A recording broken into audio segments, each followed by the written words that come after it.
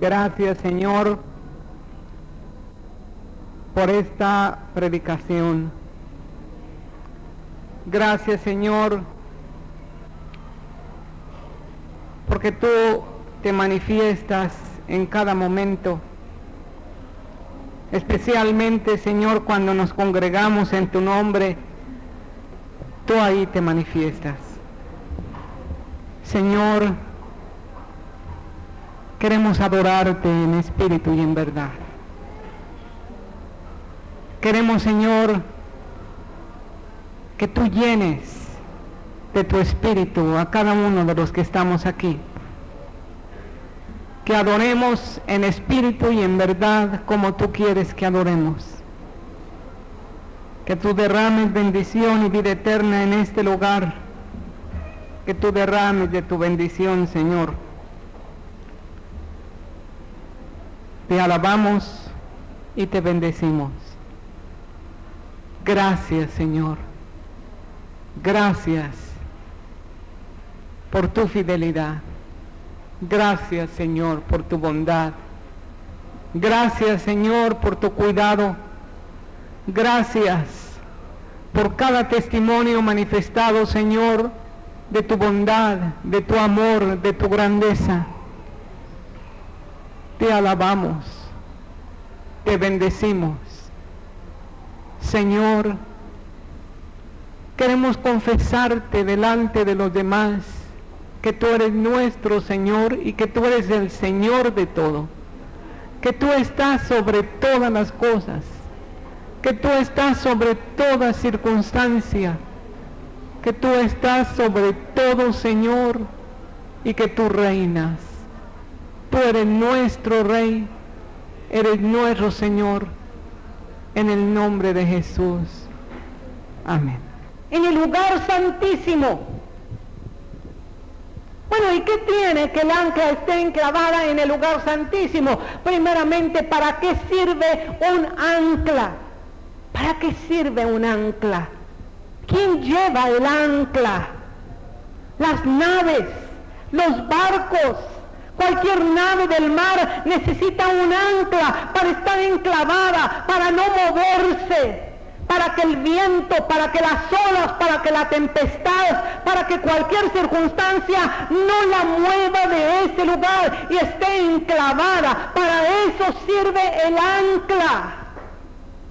¿Sabes una cosa? Tú y yo necesitamos un ancla que nos enclave, que nos asegure, que nos afirme, que nos sostenga, que nos haga permanecer allí donde debemos estar. ¿Sabe dónde debemos estar? En el lugar santísimo.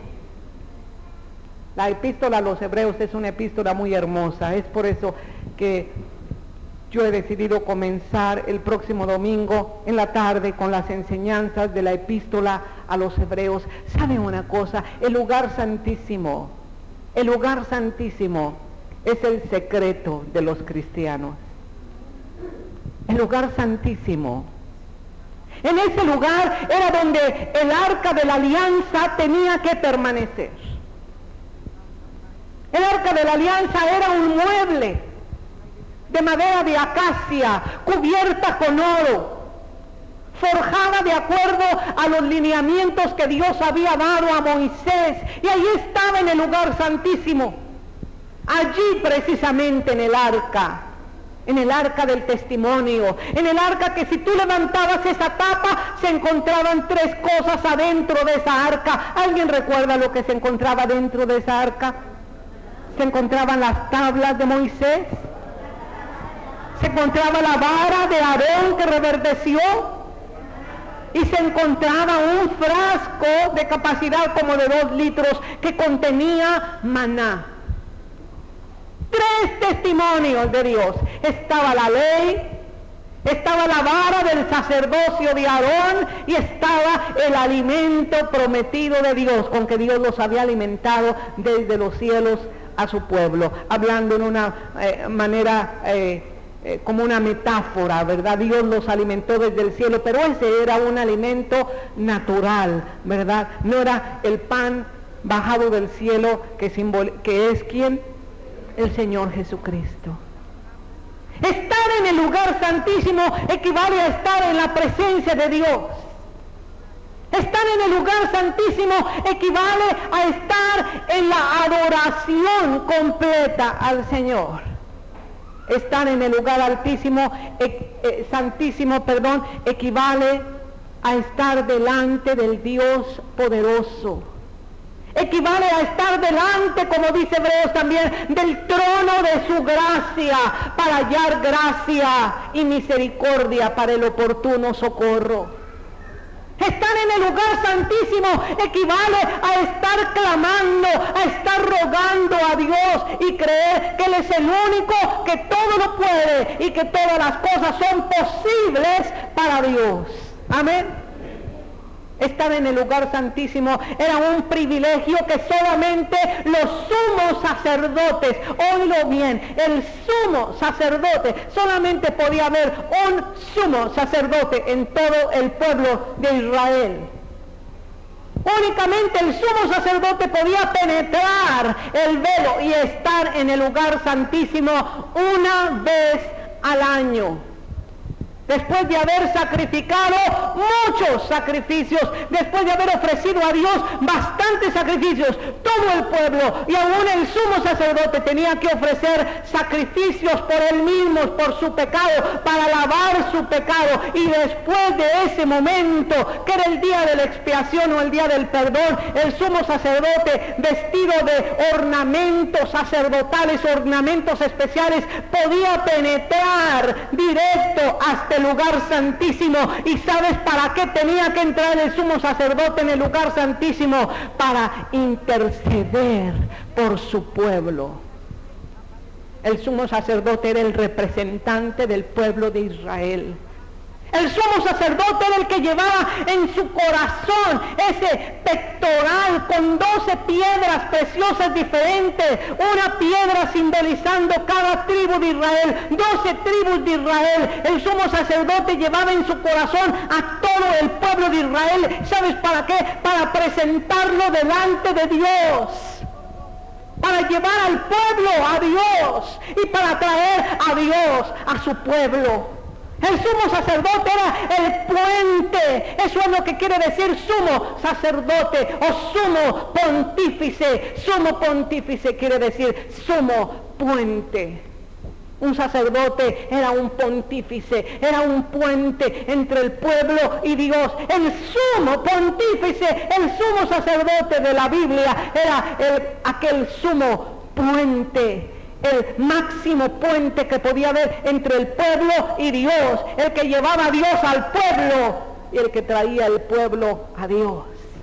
Y era el único, el que tenía el privilegio una vez al año de penetrar en el lugar santísimo e interceder por su pueblo.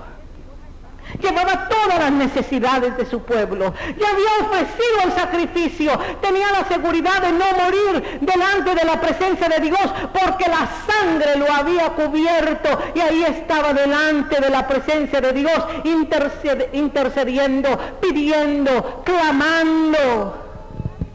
Como aquel salmista había dicho, ¿verdad? Una cosa he demandado a Jehová, y esta buscaré, que esté yo delante de la presencia del Señor todos los días para contemplar su hermosura y para inquirir en su templo. Era la acción de aquella mujer María, ¿recuerdas a María? Delante del Señor para contemplar su hermosura, la hermosura espiritual, la hermosura de ser el Señor mismo, y para inquirir. ¿Qué quiere decir inquirir? Quiere decir preguntar, quiere decir buscar. Así como la reina de Saba había ido a Salomón, recuerda, con preguntas difíciles. Nosotros tenemos muchas veces preguntas difíciles, ¿verdad? Que solamente Dios nos puede contestar. Y el Señor quiere, dice, clama a mí, yo te responderé cosas grandes y ocultas que tú no conoces. Tantas interrogantes de la vida. Sabemos que no debemos de preguntar al Señor, ¿por qué? Sí, en una actitud de reproche, en una actitud de queja, como generalmente el humano siempre reprocha al Señor todas las tribulaciones o todas las circunstancias adversas, siempre, ¿por qué a mí? Pero en tono de reproche, en tono de queja, pero el por qué en tono de inquirir a Dios está bien válido y bien permitido. Una cosa he demandado al Señor y esta buscaré: contemplar la hermosura del Señor e inquirir, preguntar, buscar. Señor, revélame. Señor, sálvame. Señor, límpiame. Señor, mi familia. Señor, mis amigos. Señor, mis hijos. Señor, mi iglesia. Señor, mi ciudad. Señor, mi país. Señor, los líderes, el presidente. Tantas cosas tú necesitas inquirir en el templo del Señor, ¿verdad? Y sabes tú dónde es el único lugar para inquirir: el lugar santísimo. No hay otro lugar. Los sacerdotes no podían inquirir a Dios en el lugar santo, y menos en el atrio. Tenían que penetrar hasta el lugar santísimo y estar inquiriendo y estar llevando las necesidades. Y dice la Escritura que nosotros tenemos libertad por Cristo Jesús de entrar hasta el lugar santísimo, por el velo abierto que Él nos abrió a través de su sangre. El Señor Jesucristo derramó su sangre en la cruz, nos abrió ese velo, y tú y yo podemos estar en el lugar santísimo si lo decidimos. Amén. Si lo decidimos. Si tú te decides quedarte afuera, ahí en el atrio, ¿verdad? O más afuera del atrio, o aún en el lugar santo, o si tú decides de corazón buscar al Señor con todo tu corazón y entrar en el lugar santísimo, tú puedes, amén, tú puedes. ¿Sabes por qué? Porque tienes un ancla que se llama Señor Jesús, y tienes un ancla que no te permitirá mover, que no te permitirá hacerte a un lado. Tienes un ancla en tu alma. ¿O no vive Cristo en tu alma? ¿No vive el Señor en tu alma? Esa ancla en tu alma es el Señor Jesucristo, y está enclavada en el lugar santísimo, santísimo, donde tú puedes obtener las promesas de Dios. Amén. Todas las promesas de Dios. Fíjate bien lo que dice la palabra del Señor en el versículo 10. ¿Lo tienes? Dice así: porque Dios no es injusto para olvidar vuestra obra y el trabajo de amor que habéis mostrado hacia su nombre, habiendo servido a los santos. ¿Y qué más? Y sirviéndoles aún. ¿Sabes una cosa? El enemigo viene con muchas dudas, y el enemigo viene a decirte que tú no eres digno de recibir las promesas del Señor. O el enemigo viene con mentiras diciéndote que tú ya eres desechado del pueblo de Dios. O el enemigo viene diciendo que todos los demás pueden recibir, pero tú no puedes recibir porque no eres lo suficientemente bueno, o lo suficientemente digno, o no eres lo suficientemente santo, o lo suficientemente sabio, o lo suficientemente para recibir las promesas del Señor. ¿Sabes? Esto es una mentira del enemigo. Especialmente por el primer principio que la palabra del Señor dice: Dios no es injusto. Dios no es injusto para olvidar el trabajo de vuestras manos para servir a los santos. Dice: no es injusto para olvidar vuestra obra y el trabajo de amor que habéis mostrado hacia su nombre, habiendo servido a los santos y sirviéndoles, ¿qué? Aún. Sabes que el Señor nos manda servirnos, ¿verdad? El Señor nos manda servirnos unos a otros. ¿No dice así la palabra del Señor?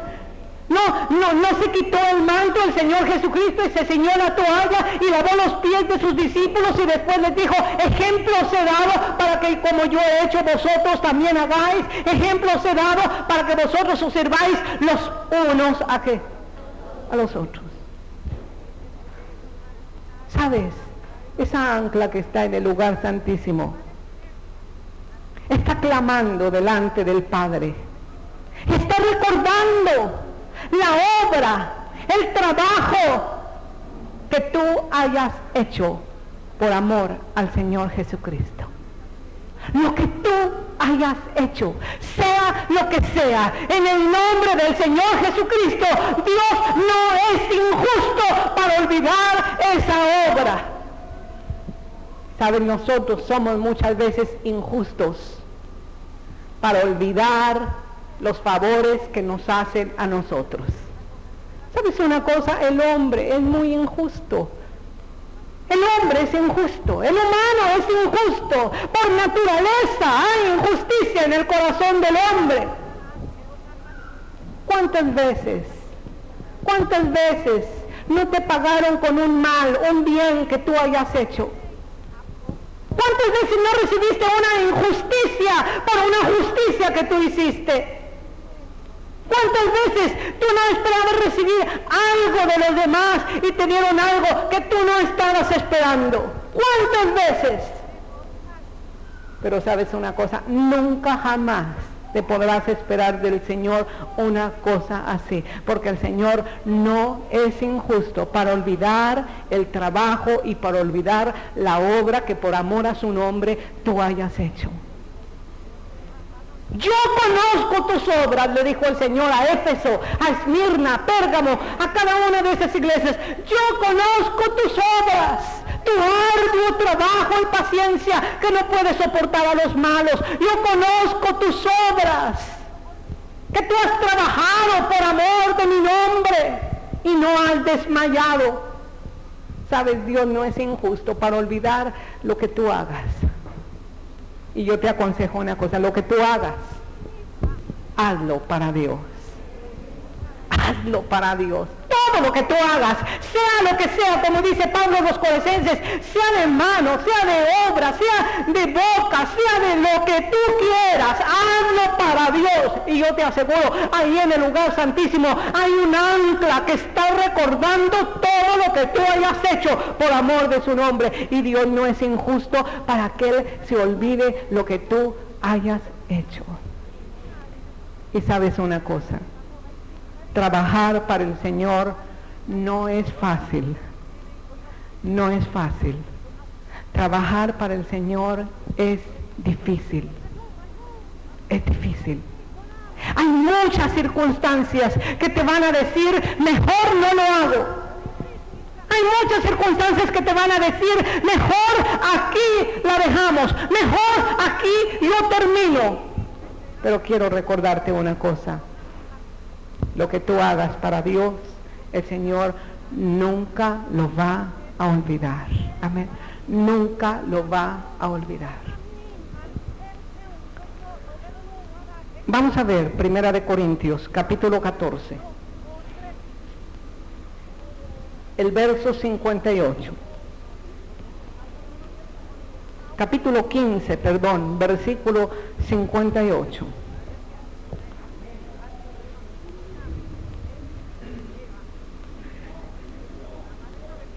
¿Lo tienes?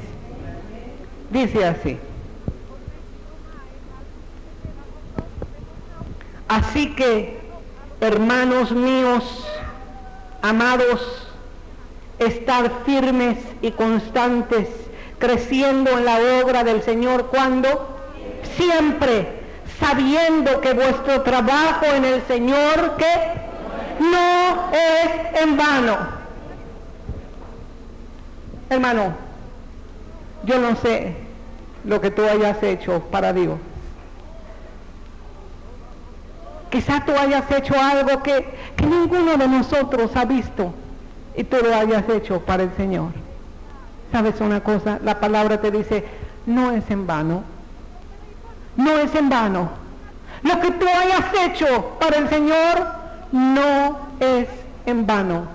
Porque el Señor no es injusto para olvidar lo que tú hayas hecho. Como recuerdo ese pasaje donde el Señor exhorta a Salomón.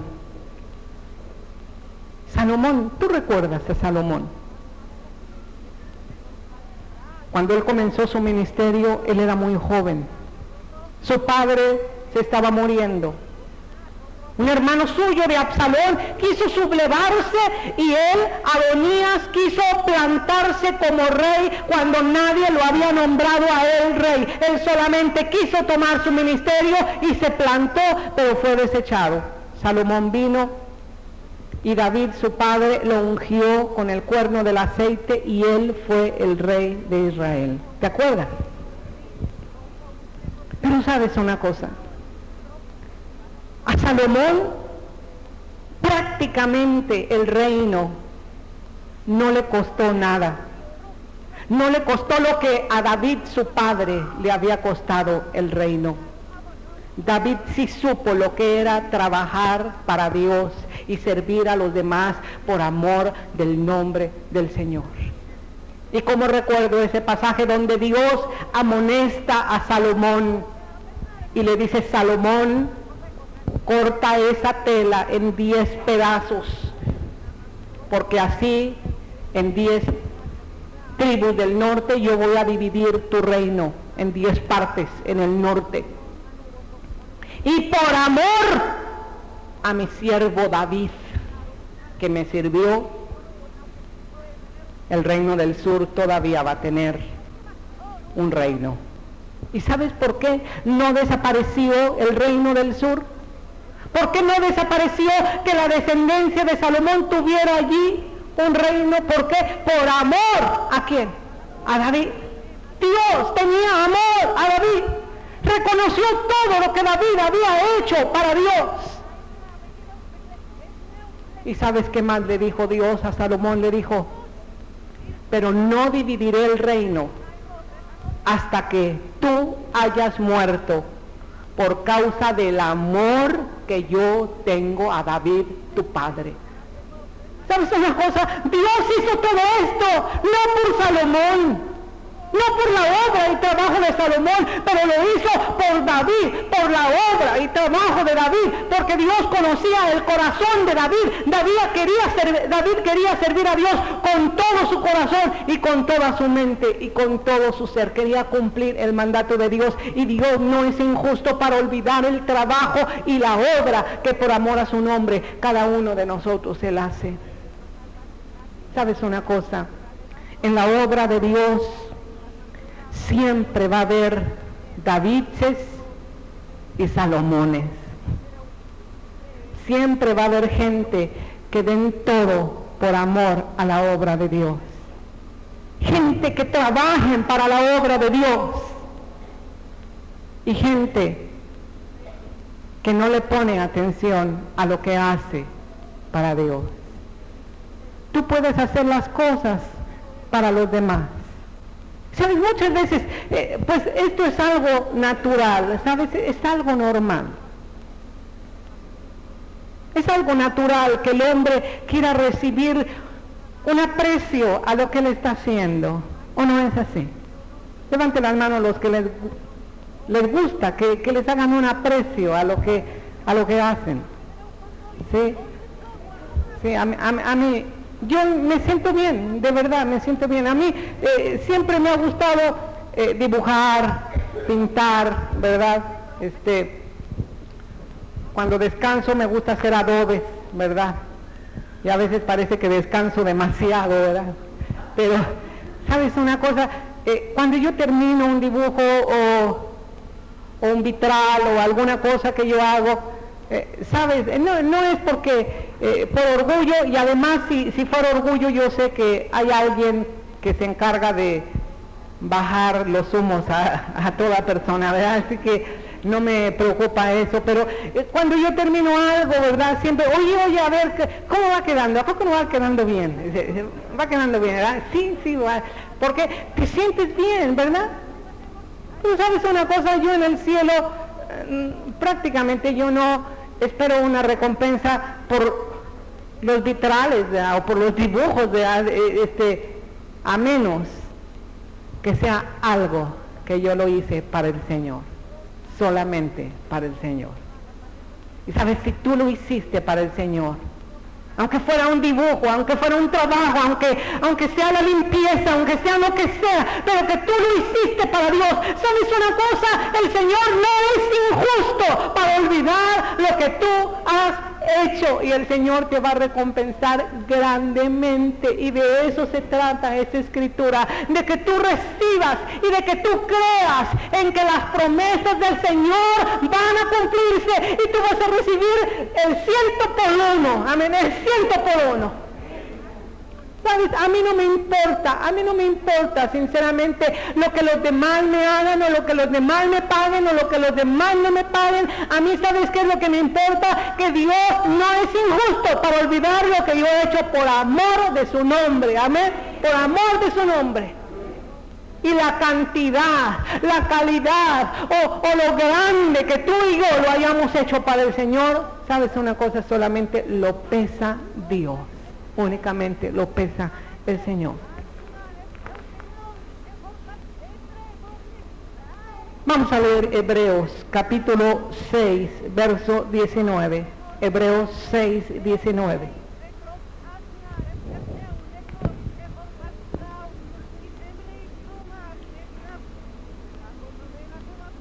¿Lo tiene?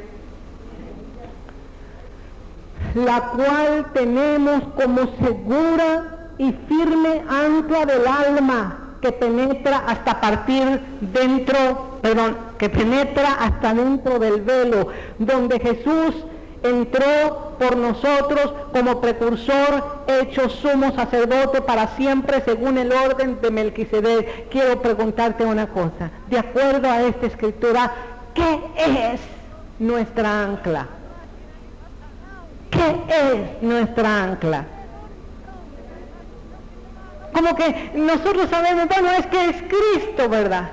Pero si tú te fijas en un versículo, está hablando acerca del ancla, y en el otro versículo está hablando acerca de Jesús. Y aquí en este contexto son dos cosas diferentes. Está hablando del ancla y está hablando que Jesús entró hasta el lugar santísimo. Pero está hablando de un ancla. Y yo quiero que tú sepas qué es esa ancla. Mande. Su iglesia, bien. A ver, vamos a ver lo que es esa ancla. ¿Sabes qué es esa ancla?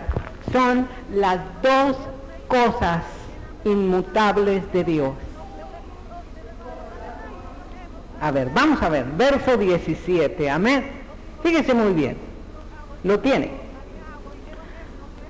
Por lo cual, queriendo Dios mostrar más abundantemente a los herederos de la promesa la inmutabilidad de su consejo, interpuso juramento para que por dos cosas inmutables, en las cuales es imposible que Dios mienta, tengamos un fortísimo consuelo, los que hemos acudido para asirnos de la esperanza puesta delante de nosotros, la cual tenemos como segura y firme ancla del alma. ¿Qué es el ancla?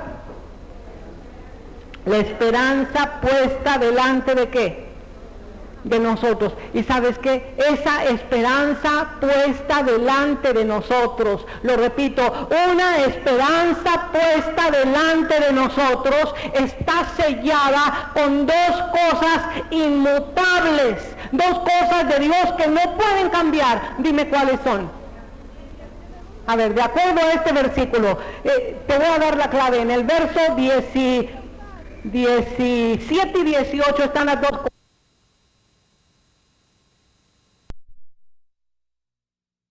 ¿Qué tanta seguridad puedes tener en esa esperanza que está en el lugar santísimo? ¿Qué tanta seguridad tú debes tener si estás sellada con dos cosas que no pueden cambiar? Número uno, el consejo divino, que son sus promesas, y número dos, su juramento sobre esas promesas. Amén. ¿Sabes qué dice Salmo 33, versículo 11? Salmo 33, verso 11. Amén.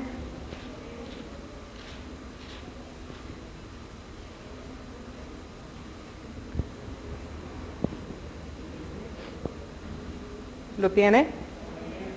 Dice así: el consejo de Jehová permanecerá los domingos. ¿Ok?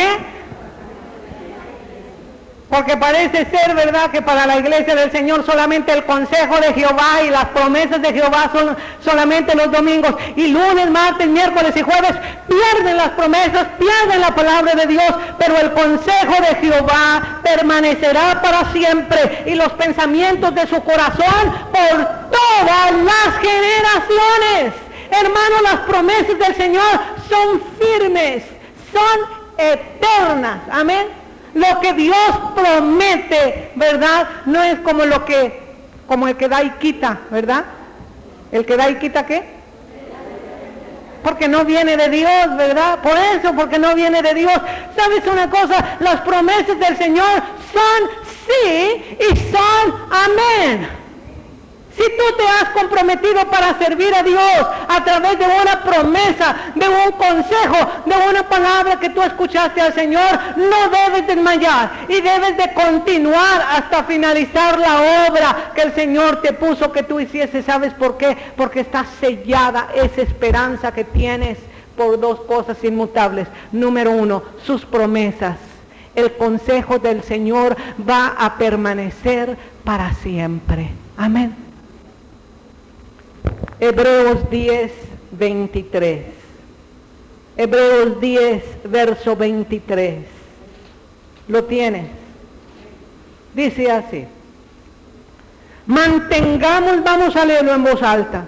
Mantengamos firme sin fluctuar la profesión de nuestra esperanza, porque fiel es el que lo prometió.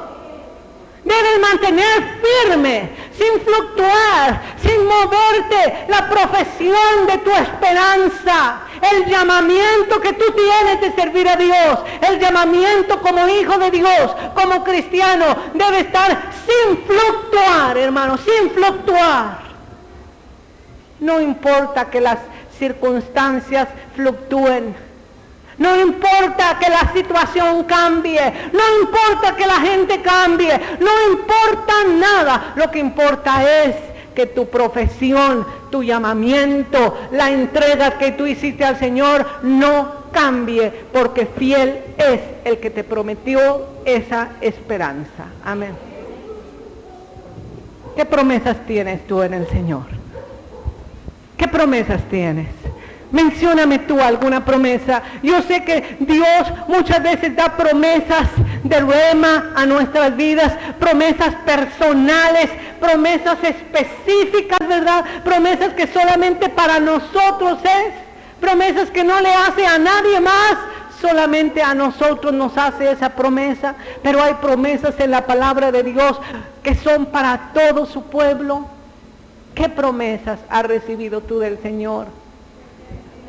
Promesa de salvación, promesa de vida eterna, promesa de sanidad, promesa de la corona de gloria, promesa de su presencia, promesa de estar contigo, promesa de consolarte, promesa de levantarte, promesa de perdonarte, promesa de limpiarte, promesa de restaurarte.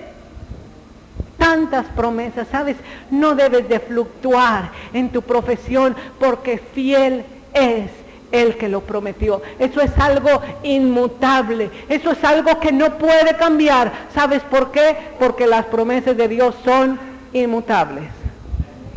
Aún la palabra de Dios dice que hay dos cosas que no pueden cambiar: el llamamiento de Dios y los dones.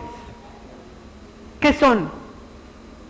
Dice, porque el llamamiento de Dios y los dones son irrevocables. ¿Por qué son irrevocables?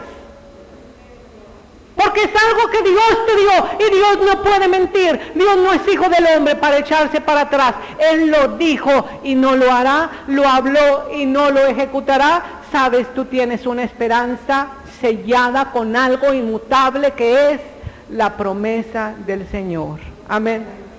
Vamos a ver acerca de su juramento. Hebreos capítulo 7.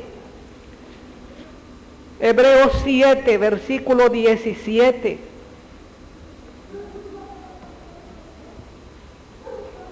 ¿Lo tienes?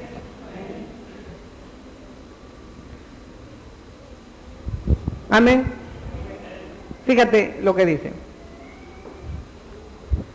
Pues se da testimonio de él, tú eres sacerdote para siempre según el orden de Melquisedec. Queda pues abrogado el mandamiento anterior a causa de la debilidad e ineficacia. Está hablando acerca de la ley.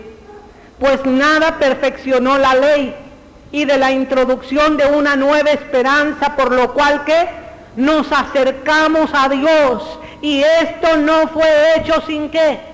Sin juramento, porque los otros ciertamente sin juramento fueron hechos sacerdotes, pero este con el juramento que le dijo que juró el Señor y no se arrepentirá. Tú eres sacerdote para siempre, según el orden de ¿quién?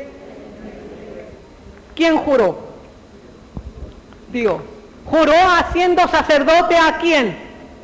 A Jesucristo. Somos sacerdote, somos pontífice, el puente, el que puede llevarte a ti a la presencia de Dios y el que puede traer la presencia de Dios a ti. Eso fue hecho por juramento. Todas las promesas del Señor fueron hechas en el Señor Jesucristo. Todas las promesas que tú tienes están hechas en el Señor Jesucristo y están selladas por un juramento divino. Dios juró. ¿Sabes por quién juró? Dice la Escritura en Hebreos que cuando uno jura por alguien que es mayor que uno, o por una situación que es mayor que uno, o por un amor muy grande que es más grande que uno, ¿verdad? Por eso cuando jura a alguien, ¿verdad? Que quiere jurar, te lo juro por mi mamacita, ¿verdad? Pero te lo juro, ¿verdad? ¿Por qué? Porque su mamacita pues, es lo más grande para él. Te lo juro por mi mamacita, ¿verdad? Le aseguro que nadie va a decir, ¿sabes? Te lo juro por aquel hippie que está por allá, ¿verdad? Que no sirve para nada. Te lo juro por... No va a jurar por ese. Va a jurar por alguien más grande, ¿verdad? Y ¿sabes? ¿Por quién iba a jurar Dios? Por él mismo, solamente por él mismo, por su propia palabra. Dice, por no haber alguien mayor que Dios, él juró por sí mismo. ¿Y sabes qué juró? Juró que hizo sacerdote para siempre al Señor Jesucristo, y eso quiere decir que tú tienes una ancla segura en el lugar santísimo. Tú tienes una seguridad de recibir lo que tú pidas en el lugar santísimo por dos cosas inmutables. Número uno, por la promesa de Dios. Número dos, porque Dios juró por sí mismo. Amén. Por lo tanto, ¿qué necesitamos nosotros, hermanos? ¿Cómo vamos nosotros a heredar las promesas que tenemos? ¿Cómo vamos a recibir las promesas de Dios que tenemos? ¿Quién quiere recibir las promesas de Dios? Amén. Especialmente las promesas que Dios te haya hecho específicamente. Levante las manos a los que Dios les ha prometido algo específicamente. Así, amén, ¿sí? Algo específico. ¿Y qué ha pasado con tu profesión? ¿Qué ha pasado con tu fe? ¿Qué ha pasado? Está fluctuando, está en doble ánimo, no tiene por qué fluctuar. ¿Sabes una cosa? Tú puedes seguir adelante y puedes heredar esa promesa porque es algo seguro. Amén. Dice versículo 12, Hebreos 6, 12, por favor. Amén. Versículo 11, por favor. Fíjate que en el verso 10 está hablando acerca del servicio que tú hagas a Dios. Amén. Dice, Dios no es injusto para olvidar lo que tú hayas hecho por el Señor. Él no es injusto para olvidar lo que tú haces por el Señor. Amén. Sinceramente, cuando las cosas no van muy bien, ¿cuántos de nosotros a veces flaqueamos diciendo, a mí se me hace que el Señor ya se olvidó de mí? Levante la mano los que dicen eso, ¿sí? A veces, los demás como que no les gusta exponerse, ¿verdad? ¿Sabes una cosa? Así sentimos, pero ¿sabes? Nosotros no nos guiamos por lo que sentimos, nos guiamos por lo que creemos, amén. Verso 11 dice, pero deseamos que cada uno de vosotros muestre la misma solicitud hasta el fin para plena certeza de ¿qué? De la esperanza. La misma solicitud ¿para qué? La misma solicitud, ¿para qué? Para el servicio. ¿El servicio a quién? A Dios. A Dios. Amén. Al principio uno ve mucha solicitud. Sí, mucha solicitud. Hermano, ¿quién quiere hacer eso? Mucha solicitud. Pero sabes una cosa, cuando pasa el tiempo, cuando vienen las circunstancias, cuando viene la tribulación, porque sabes que el que quiera vivir piadosamente, ¿qué? Sufrirá tribulación. Muchas veces por causa de la tribulación, por causa de los problemas, por causa de las circunstancias, muchas veces ya no sirves con la misma solicitud que antes. Y sabes lo que dice la palabra de Dios, que tú tienes que estar solícito, tienes que estar dispuesto con la misma solicitud que antes, porque Dios no cambia y Dios te va a cumplir todas sus promesas en Él. Y Dios no es injusto para olvidar lo que tú hayas hecho por Él. A fin de que no os hagáis, ¿qué quiere decir perezosos? Flojos ¿para qué?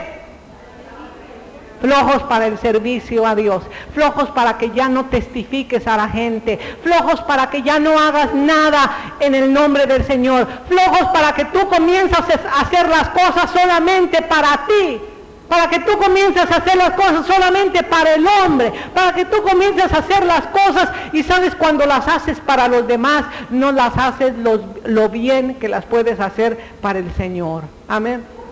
Dice, para que no os hagáis perezosos, sino imitadores de aquellos que por la fe y la paciencia heredan las promesas. ¿Cómo vas a recibir tú las promesas? Con dos cosas, con fe y con paciencia. Amén. Número 2, con fe y con paciencia. Dice versículo 15 así: y habiendo esperado con paciencia, ¿qué? Alcanzó la promesa. ¿De quién está hablando? Está hablando de Abraham. Está hablando de Sara también, está hablando de ellos, que ellos esperaron con fe y con paciencia, y ellos recibieron las promesas del Señor. ¿Quién quiere recibir las promesas del Señor? ¿Sabes una cosa? Necesitas fe y necesitas ¿qué? Paciencia. En el capítulo 11, vamos a ver un ejemplo acerca de Sara.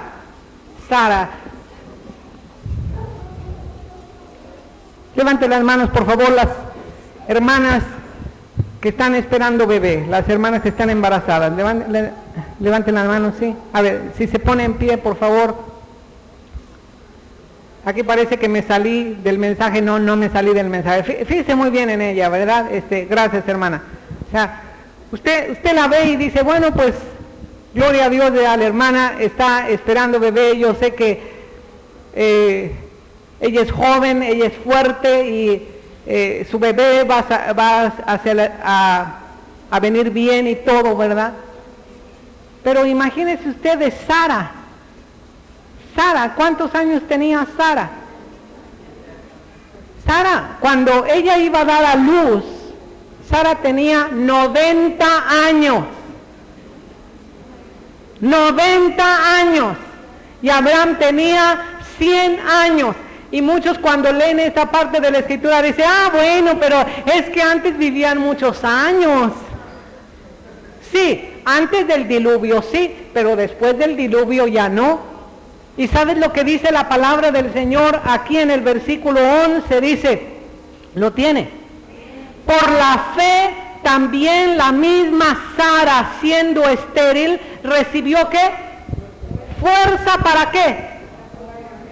¿Para qué? A ver, levanten las manos las hermanas que han concebido y que saben que se necesita fuerza para concebir. A ver, levanten las manos bien. A ver. ¿Sí? A lo mejor usted no necesitó fuerza, pero fue porque le hicieron cesárea. Dice. Así no se vale, ¿verdad? Pero si usted concibió, de todos modos, dice, de todos modos necesita fuerza para concebir, ¿verdad? Imagínese Sara a los 90 años. 90 años, ¿qué? Ella tuvo fuerza para concebir. Y sabes, Tú puedes decir, bueno, pero fue una promesa del Señor. Yo pienso que Sara a los 90 años pues ha de haber sido una Sara grandota y fuerte, ¿verdad? Y que, no, ¿sabes? La está mencionando como fe. Ella recibió por fe. Y la fe es la convicción de lo que no se ve. No era porque ella se estaba sintiendo muy fuerte, no era porque ella se estaba sintiendo muy bien. Sara tenía 90 años. Y si quieres saber que en ese tiempo 90 años eran muchos años, lee el siguiente versículo, dice aquí: dio a luz aún fuera del tiempo de la edad, porque ¿qué? Creyó que era fiel quien lo había prometido. Creyó que era fiel quien lo había prometido. ¿Sabes por qué concibió Sara? No concibió Sara solamente porque todo lo hizo Dios. Ella tenía que hacer una parte. Creer, recibir por fe. Amén. ¿Sabes una cosa? Dios no lo va a hacer todo para ti. Tú tienes que hacer tu parte, y tu parte es creer. Tú tienes que creer a pesar de los sentimientos, a pesar de las circunstancias, a pesar de todo, tienes que seguir creyendo. Amén. Versículo 12, fíjate bien lo que dice. Por lo cual también de uno, y ese que ya casi muerto. ¿De quién está hablando? Oye, en ese tiempo estaban considerando mucha edad o poquita edad. Mucha edad. Ya tenía mucha edad. 100 años. 100 años. De uno ya casi muerto. Levanten las manos los que tienen 100 años aquí. 100 años. No menos. 100 años. ¿Sabes una cosa? Todos nosotros sabemos que nos vamos a ir con el Señor. Todos nosotros. Amén. Y si nos vamos más pronto, pues mejor ganancia para nosotros. Dice la Escritura, para mí el vivir es Cristo y el morir, ¿qué? Es ganancia. Amén, es ganancia. No lo consideramos como una pérdida. Pero sabes una cosa, una persona que llega a los 100 años, si ya a los 100 años no ha meditado en su vida, y a la edad que tiene no está pensando en el próximo paso que ya está próximo a dar, es porque esa persona realmente no le ha salido ni la muela del juicio, ¿verdad? O sea, cuando ya a los 100 años no se percata de que el próximo paso que tiene que dar es dar cuentas al Creador, y pues mejora su vida, ¿verdad? Que se afiance de esta promesa, que si los que trabajaron desde el principio de la tarde van a recibir el mismo pago que los que trabajaron a la última hora, pues que se afiance de esa promesa, que diga, Señor, yo voy a recibir el mismo pago que los que te han servido toda su vida, y yo voy a recibir el mismo pago, ¿verdad? Más vale que, como dicen, que si le dieron la carne al diablo y ¿qué más? Y los huesitos a Dios. Eso no es cierto, ¿sabe? Eso no es cierto. El que una persona acepte a Cristo al final de su vida, eso no es cierto. Esta persona recibió la más grande promesa, amén. Pero volvamos con Sara, 90 años, Abraham, 100 años, y por fe recibieron lo que Dios les había prometido. Pero no solamente necesitaron fe, necesitaron paciencia. ¿Sabe por qué muchos no reciben nada? Porque no tienen paciencia. Y sabe, la paciencia está muy ligada con la tribulación. Amén. Está muy ligada con la tribulación. Pues si las cosas están yendo bien, si todo está yendo bien, ¿para qué necesita la paciencia? ¿Verdad? No necesita paciencia para nada. Usted cree, yo tengo fe, todo está bien, todo está muy bonito. Pues ¿para qué quiere la paciencia? Paciencia cuando las cosas no van bien. Paciencia cuando la tribulación viene. Y de hecho Santiago dice que la tribulación produce paciencia.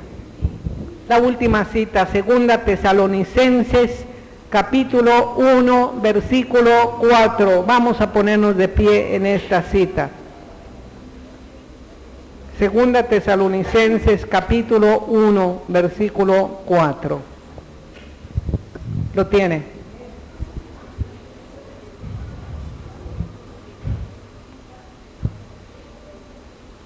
desde el versículo 3.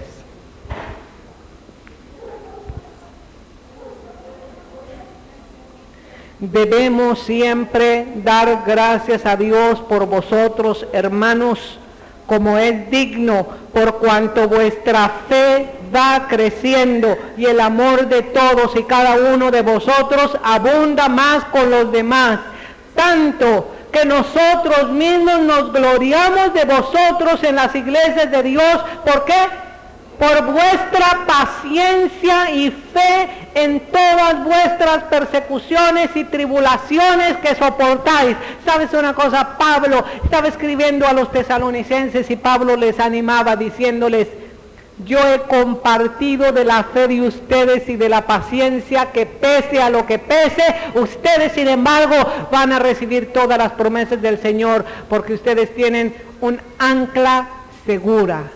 Es la esperanza de su alma, la esperanza de su llamado, bien segura, sellada con dos cosas que no pueden cambiar. ¿Cuáles son? ¿Cuáles son las dos cosas que no pueden cambiar? Las promesas de Dios y el juramento de Dios. ¿Qué necesitas tú para heredar tus promesas? Fe, paciencia. La paciencia viene cuando tú pasas por la tribulación. Una persona atribulada es una persona que se crea paciencia y está lista para recibir las promesas de Dios. Amén. Vamos a orar, vamos a cantar al Señor. Yo quiero invitarte que tú recibas en este día las promesas del Señor. Como dice la Escritura, solamente un poquito, y lo que ha de venir, vendrá.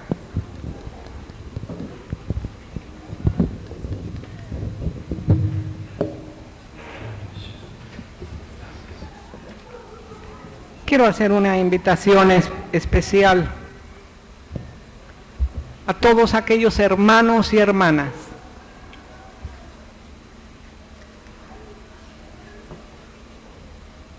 que quieran servir a Dios de todo su corazón, a Él, sea lo que sea, que todo lo que hagan, lo hagan para el Señor, no para los hombres, para el Señor.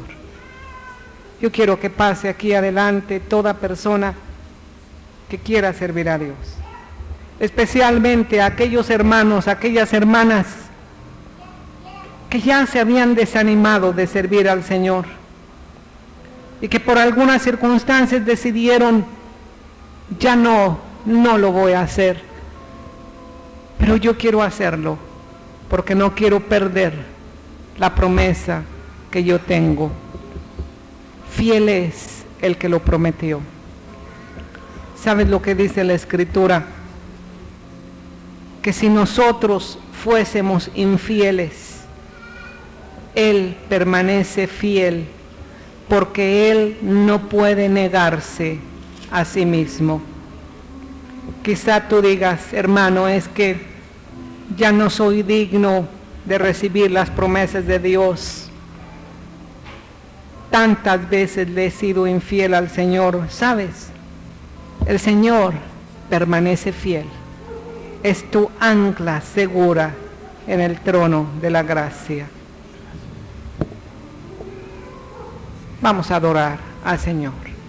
Vamos a pedir que el grupo musical nos dirija con un coro, con un canto.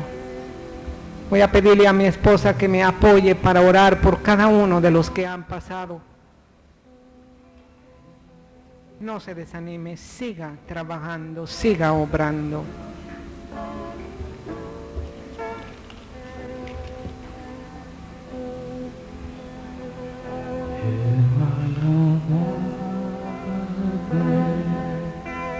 Más y más quiero alabarte, más y más buscar tu voluntad, tu gracia conocer, quiero alabarte,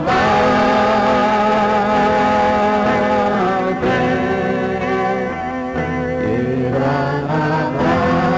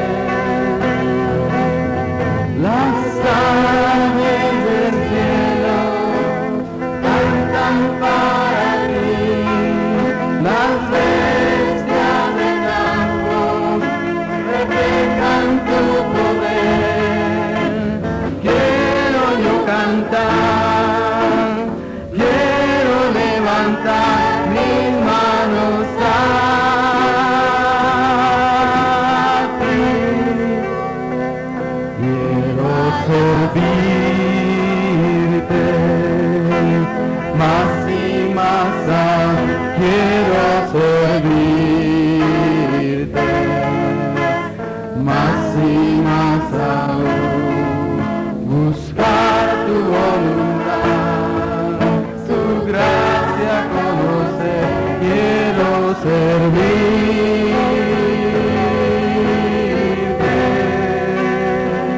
quiero servirte, más y más aún, quiero servirte, más y más aún, buscar